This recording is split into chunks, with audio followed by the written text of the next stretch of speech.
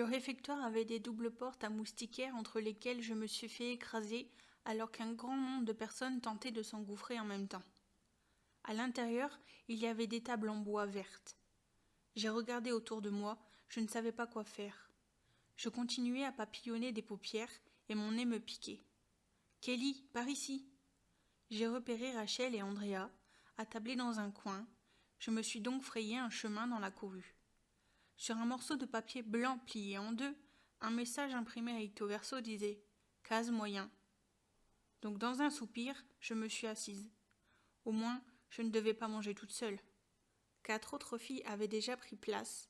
Aucune d'elles n'avait l'air diabolique, mais il faut parfois se méfier des apparences. Au menu, il y avait des tacos et de la salade de fruits. Pourtant, j'ai eu du mal à avaler mon repas parce que j'avais la sensation d'avoir une noix coincée dans la gorge. J'ai fait la connaissance de Jordan, Molly et Erin, qui occupaient toute la chambre B. Jordan et Molly s'étaient inscrites ensemble. De toute évidence, elles étaient meilleures amies. À table, elles n'ont pas arrêté de parler de chevaux. Molly, brune aux yeux marrons, était petite et trapue, mais plus extravertie que Jordan, posée et très jolie.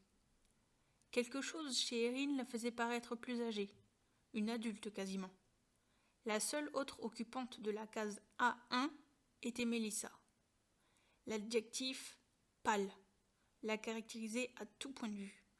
Teint pâle, chevelure pâle, même la couleur de ses pupilles l'était. « C'est la première année que tu viens ?» m'a interrogé Molly dès que j'ai eu la bouche pleine. J'ai mâché vite. J'ai avalé et essayé de ne pas tousser. Nous, c'est la deuxième. Elles ont entamé une conversation sur le nombre d'années depuis lesquelles chaque fille participait au camp. Le fait que ce soit le 7e été d'Andrea a impressionné tout le monde. Visiblement, le respect allait de pair avec l'ancienneté, ce qui signifiait que je ne bénéficiais d'aucun, ni respect, ni amitié. J'ai étudié tous ces visages autour de moi. Y en avait-il un qui m'inspirait suffisamment confiance pour y voir une amie potentielle ? J'ai exclu d'emblée Molly et Jordan. Elles pouvaient compter l'une sur l'autre et n'avaient donc pas besoin de moi. Erin ou Mélissa, pourquoi pas ? Il restait 3 chaises libres pour les retardataires. 2 d'entre elles étaient destinées au duo infernal. Rien que d'y penser, j'avais envie de régurgiter mes tacos. Après manger, on est retourné dans les chambres pour le temps de repos quotidien. « Bon, les filles, pour apprendre à se connaître, on va porter ça toute la semaine », a annoncé Rachel. Ensuite, elle et Andrea ont fait circuler des mini-rondins de bois pendus à un fil avec nos noms dessus. Celui d'Andrea disait « Tis », un diminutif pour Tisdale, ainsi que tout le monde l'avait appelé au déjeuner. Rachel a accroché 2 colliers à un clou près de la porte. L'un était pour une soi-disant Reb, l'autre pour une fille au nom de Jennifer. Les ronds en bois se sont balancés un moment, puis ont fini par s'immobiliser. Je me suis efforcée de les ignorer. La bonne nouvelle, c'est qu'aucun ne disait Dark Vador ou Lord Voldemort. « Alors, Mélissa, quel lit veux-tu prendre ?» lui a demandé Rachel. « Celui près du mur. » Depuis ma couchette, je les ai observées alors qu'elles faisaient le lit. Lorsqu'elles ont eu fini, Mélissa s'est assise dessus et elle a disposé ses affaires sur les étagères. Chaque fois que je lui jetais un coup d'œil, elle détournait les yeux. Bref, Rachel, sur son lit elle aussi, écoutait son iPod en feuilletant des papiers sur sa planche en bois. Elle nous a informé que l'heure de repos d'après-déjeuner était le seul moment où on avait le droit d'écouter nos lecteurs MP3. On ne pouvait pas non plus faire de bruit. Personnellement, je n'y voyais aucune objection.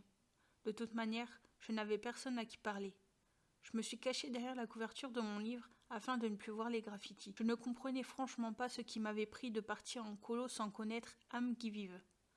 En voyant ma mère coudre mon nom sur tous mes vêtements, je m'étais bien dit aussi que c'était une mauvaise idée. Et si je ne me fais pas de copine, avais-je pensé. Maman m'avait dévisagé comme si j'avais formulé une remarque aussi inattendue que « Et si le camp est plein d'extraterrestres ?» Pourquoi crois-tu cela ? Dis-moi.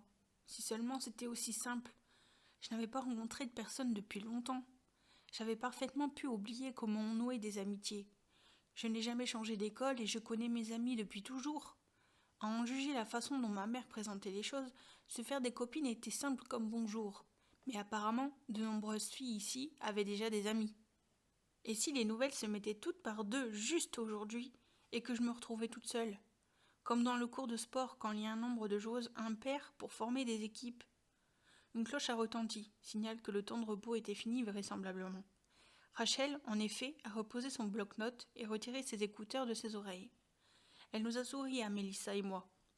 Test de natation, a-t-elle décrété en sautant de son lit. C'est un passage obligé le premier jour. Mettez vos maillots.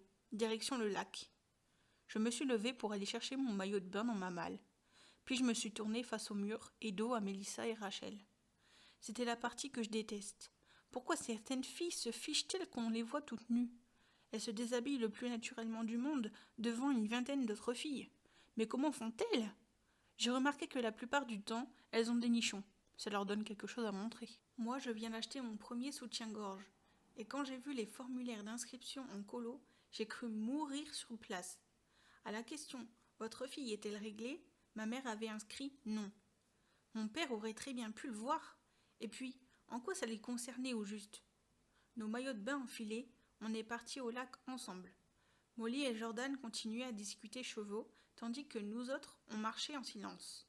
J'étais tellement soulagée d'être en groupe. Si j'avais dû aller au lac toute seule, je serais morte de honte, parce qu'alors tout le monde aurait su que je n'avais pas d'amis. En fait, le lac, on aurait plutôt dit un étang. Je n'en revenais pas qu'il n'y ait pas de piscine. Ce n'était pas un peu risqué de nager dans un lac, même petit? L'eau était verte, mais pas vaseuse. Sa surface était pareille à un miroir où se réfléchissaient les arbres et l'herbe. Quelques têtes aux cheveux mouillés dépassaient de l'eau sous le regard de deux monitrices, qui leur criaient les consignes, debout sur un ponton en bois, des cloches en main pour prendre des notes. Plusieurs filles perchées sur un gros rocher plat, au bord, attendaient leur tour. On s'est joint à elles. L'eau est glacée. Je me suis tournée pour voir qui avait parlé. C'était Mélissa, la fille au teint pâle. Ah bon? Commentaire stupide, mais je n'avais rien trouvé de mieux. Oui, l'eau vient du petit ruisseau là-bas. Et moi qui déteste nager en eau froide. Moi aussi. Immobile, elle avait les genoux amassés sous son menton. J'ai jeté un œil dans l'eau et remarqué des petits trucs qui ondulaient en profondeur. C'est quoi ces machins qui bougent? C'est vivant? Ce ne sont que des têtards, a répondu Mélissa. Des têtards? Oui, et ne te feront pas de mal. C'est la dernière chose qu'elle a dite. Si elle ne m'avait pas adressé la parole en premier, je ne me serais sûrement pas cassé la tête pour apprendre à la connaître. Mais au moins maintenant, j'ai quelqu'un avec qui parler. C'était toujours ça. En outre, j'aurais peut-être besoin d'aide pour contrer les forces démoniaques.